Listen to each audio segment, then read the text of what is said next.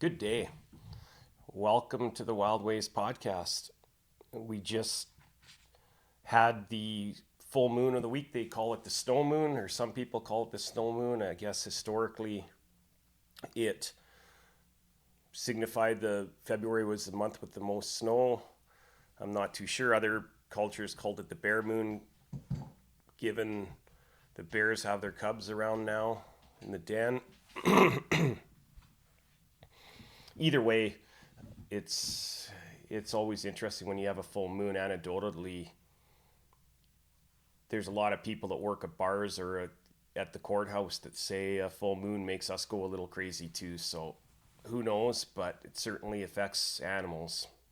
So last week I did a episode on different rules for different fools, and I just want to touch base on a couple things regarding that, because it's so true, and how we're just constantly getting attacked. Like the last week I had mentioned that there's a group of people, and in that group they're all buddies, they're all in the same room. After some time, a government guy comes in and says, okay, well, you guys have to follow these rules and you guys have to follow a different set of rules. And over time, that government guy kept coming back in the room and separating the buddies, and basically, some guy have to, for example, get a hunting license. Other guys don't. Some people have to do firearm training. Other guys don't.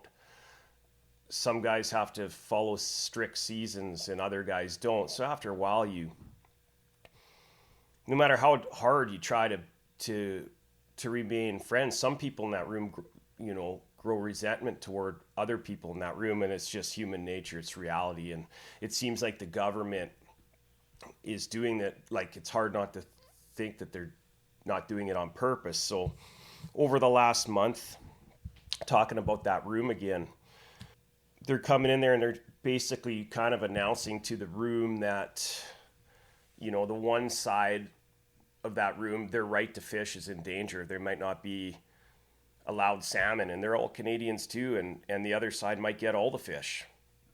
So that's something that's starting to make the political circles, and it's getting out into the public that might be the next thing that goes away, is for the one side of the room anyways, is their inherent Canadian right to fish.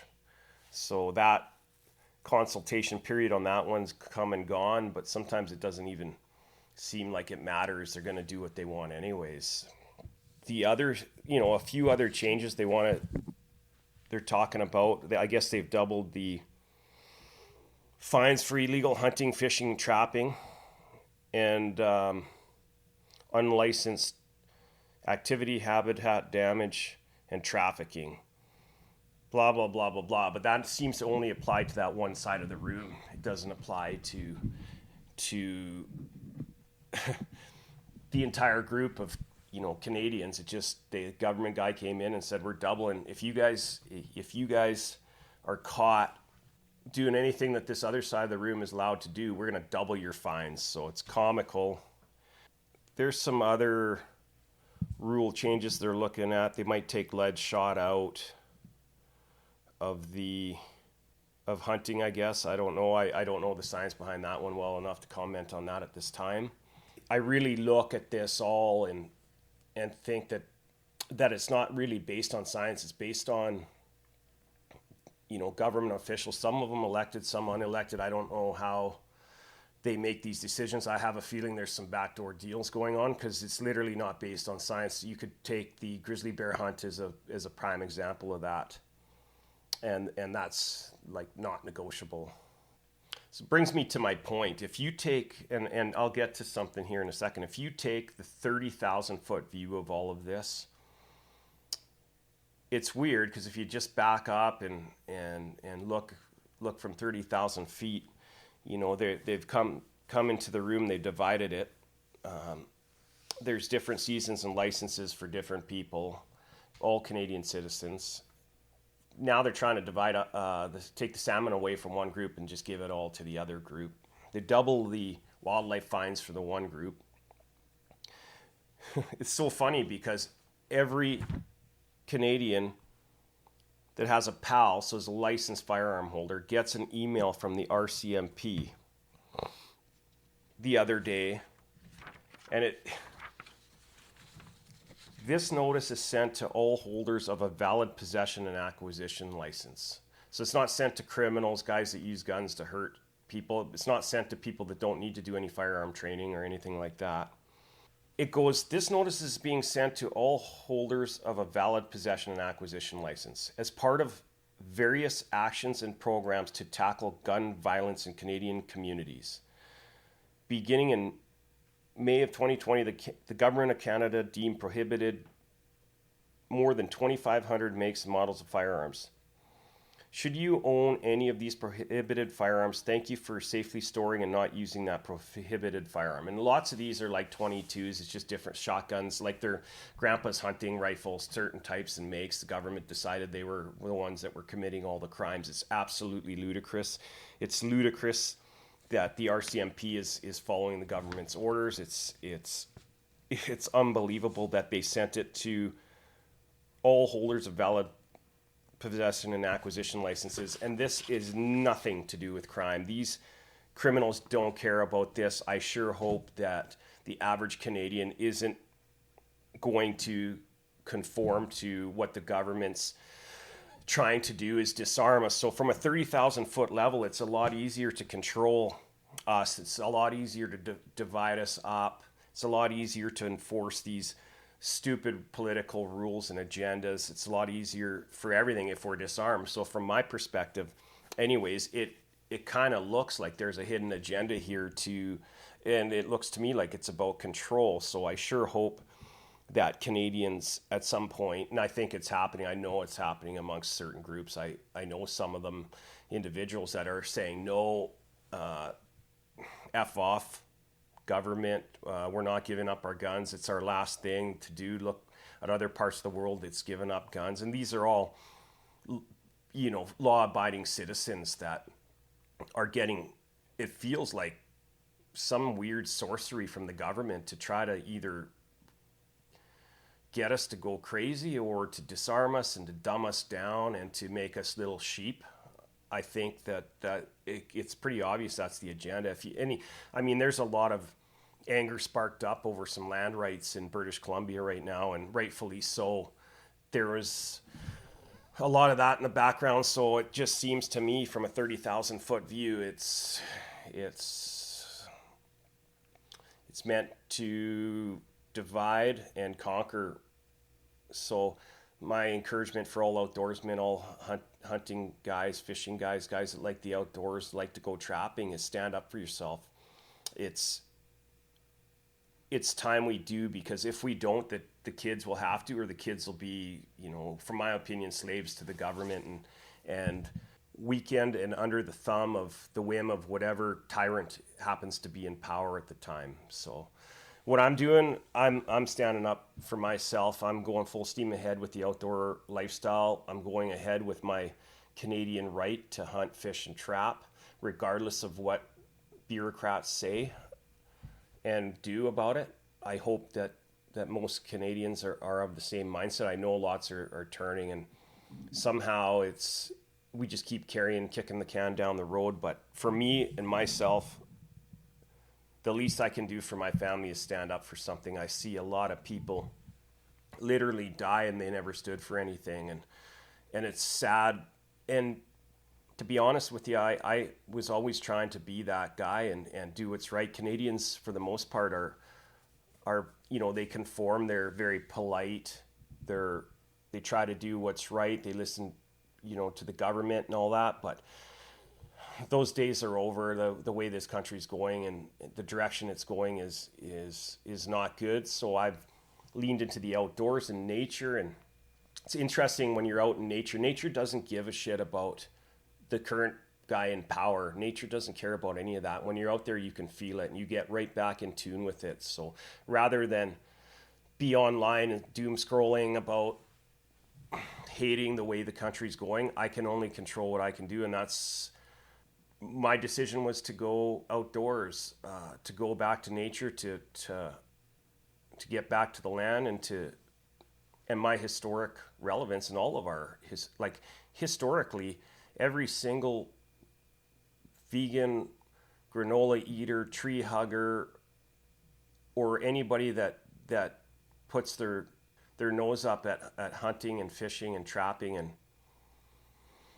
I'm talking about sustainably, not to the point of extinction or anything. They're pretty hypocritical because they're here because they had ancestors that did that kind of stuff, and they clearly wouldn't be here if it wasn't for their ancestors. So my future is outdoor lifestyle and to try to be a positive influence on as many people as possible in order to do the same. I mean, you see all of this stuff and it's like, you're careful. We've been programmed to avoid a life of adventure for 45 years in a cubicle, and that's what I'm not participating in no longer. And, you get a 2% raise. It's so easy to get trapped into these programs that are designed to trap us. And, you got a job at the mill, and every so often you got a raise, every so often you got another week holidays. And then after a few years, it's hard to leave that because they give you this sense, whether it's false or not, this sense of security that I'm going to have a good pension. I got 5 more years left. And it's great for people that are into that. You need people that, but if, again, 30,000 foot view, you're programmed to do that. We've been programmed from day one, my entire life. Our parents, I think there's an awakening now. It probably started for lots of people during the COVID era when we were just locked down like crazy and all this ridiculous stuff was being sold to us. And I think a lot of people started to wake up to the fact that the government isn't really in it for the betterment of Canadian citizens. And that's the truth. Prove me wrong. I mean, look at our towns. If I go in literally any town, small cities are brutal, any smaller town, the streets crime is up. Unfortunately, they gave away drugs here, I think, and there's people bent over all over the place. It's brutal to watch. You got to watch all your property. There's stuff going on, and those guys seem to not care about the law. It seems like their government is targeting the law-abiding citizens, the ones that want to make a positive, good difference in this country. It seems like they're getting targeted because you can literally go steal a car tonight and tomorrow you're back out stealing another car, yet we got to worry about our wildlife fines doubling if we make a mistake. So that's where we're at. And so I'm standing up for my right to hunt, fish, and trap, and be a positive influence on my family and try to be a positive influence on other people, my friends. And it's quite interesting. I had this thought the other day. So we're constantly, if we're coaching kids or we're a parent or we're a teacher or any sort of adult, we're always telling the kids, you got to be better, get off your phone, get in better shape, work harder, go outside. And yet a lot of the people that are doing this are like complete hypocrites. They're doing none of that. They're on their phone. They're out of shape. They're not getting outside. They're not exercising. They're not pushing themselves outside of the comfort zone. So for me, I've got to be a good example. And that's the mindset that I have right now is, so if I'm going to talk about it, I need to live it and do it and at least stand for something. So going back to trapping, seems like the Marten numbers are down across the country. Seems like Marten prices are going to be really good. Lynx should be good. Lynx are coming. There's rabbits all over the place around here anyways. And no trapper that spends time on his trap line, he knows his piece of ground better than anybody. So from the reports I've been getting from the locals around here, they've been catching Marten. Lots of wolves have been getting pulled out of here this year. As far as I can tell, guys are getting them, so that's good for the ungulates. And the snow conditions are unbelievable. The weather has been difficult lately for trapping. It was super cold and setting up really good, and now it's warm, and it looks like it's warm for the first 10 days of February here. So it'll be interesting. I'm going to head out we got some wolf stuff set up, and we have we're going to pull the Marten. We don't have very much of that going on anymore, but the weather is so bizarre that it's plus 4 degrees right now. It should be like -5 or 10. And so that's an interesting trend that's been going on for a couple of years around BC. So I know that some of the trappers got pretty much no snow, everything was good, and then it snowed every day for 2 weeks, and it kind of buried all their traps and stuff. But that's part of the game that we play, and you gotta love it because it goes with the territory of being a trapper. It would be so rad to be able to get good enough at trapping to make your winter living off it anyways, and that's kind of my goal. So my focus will go and deal with the wolf stuff that we have set out there, and we like catching wolves just because it helps the moose so much. But my focus will be spring beaver, and I know beaver's not worth very much, but we'll try to use the whole thing and spend some time out there in the spring. It's honestly one of the best times of year to be out there, and usually you don't see anybody for forever, and nobody's has any reasons to be up where we are unless maybe there's a spring bear hunt or something. So I'll be doing some beaver trapping and looking forward to that Johnny Thorpe stuff I seen through the ice. And an old trapper that's passed away here now used to do it all the time and showed me some tricks of the trade. So I hope to be able to video some of that on my Lyman's Wild Ways YouTube channel. I'll put a link to that in the description. I'm just getting going there. It's been fun. It's been certainly out of my comfort zone and challenging just to be in front of the camera and filming and that. So it's a work in progress, but hopefully I bring some of the beaver trapping and put it on there.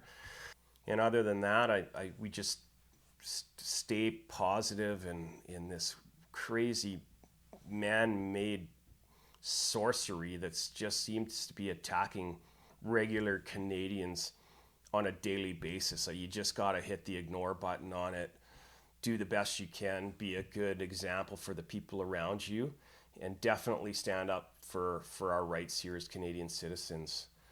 It should be a challenging but a fun ride and push me out of my comfort zone, but I don't care. Let's go. Let's be a good example for the youth. Until next time, guys, have a great one. I look forward to seeing you all again.